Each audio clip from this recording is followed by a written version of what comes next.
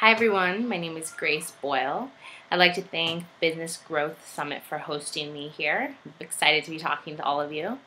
You can find me at two of my blogs. I'm smallhandsbigideas.com and my food blog is gracefulplate.com. On Twitter, I'm at Grace K. Boyle. And professionally, I work with the online startup Kapost. We work with online publishers, helping them to manage the whole content production lifecycle from editing stories to even publishing them.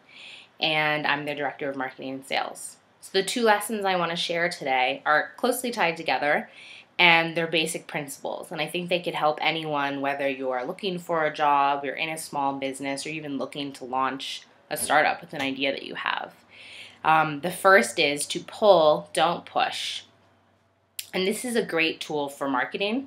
Imagine a coffee shop, they start tweeting and they're like, come on in for coffee. And that's very much a pushing mechanism, and it's also really obvious. It's saying what people already know, and it doesn't give them a reason to come in. Why are you any different than any other coffee shop? An example of a little bit more of pulling is engaging people, maybe asking questions, maybe having a giveaway, ask what their favorite latte is. You get a little market research in, and the first 4 people to respond, if they come in that day, get that latte on the house from the coffee shop. These are ways to engage people, to also pull them in, and then to keep them a loyal brand follower. There's someone they want to interact with you, and you're not just saying me, me, me, me, me, and pushing. People in general, psychologically, we don't want anything to be pushed upon us. We want to make our own decisions. And the whole idea of pulling them in is that they can make their own decisions naturally, where it's going to help your marketing efforts, as well as fill a need. So I think it's a strong bit of advice that's also really simple. It's to pull, don't push. And then that ties me into the next lesson, which is just to listen.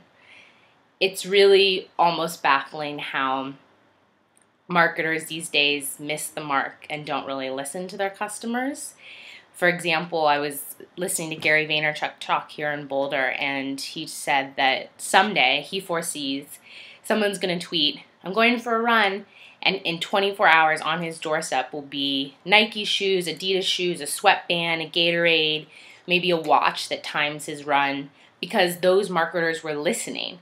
They didn't have anything to do with a brand, but they're listening. They're like, hey, try us out, see what you think. Immediately, that person's going to talk about it. So there's a lot to be said if you listen, because people are already talking. There's millions of people on Twitter, millions of people on Facebook, and these tools are free. And I think people even forget to respond and use Twitter as a customer service tool. Respond to people that directly talk to you, and then also respond to people that might be talking about something they need, maybe even asking a question. It might not be related to your product, but it shows that you're a resource in helping. I think Zappos does a really great job of listening. They have a customer service line, and they rotate out new people who come in to humanize the brand, like, hey, it's Zach here with you for the next few hours. And they thank people, they ask how things are doing, they file reports if anything's wrong with an order.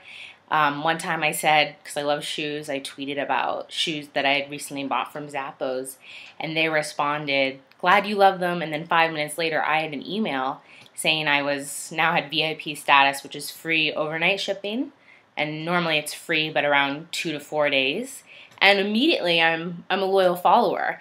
They were listening to me, they probably saw that I do a lot of orders through them, and they offered me this reward, which I think rewards are hugely overlooked. Giveaways, rewards, programs, and referrals that help people keep coming back.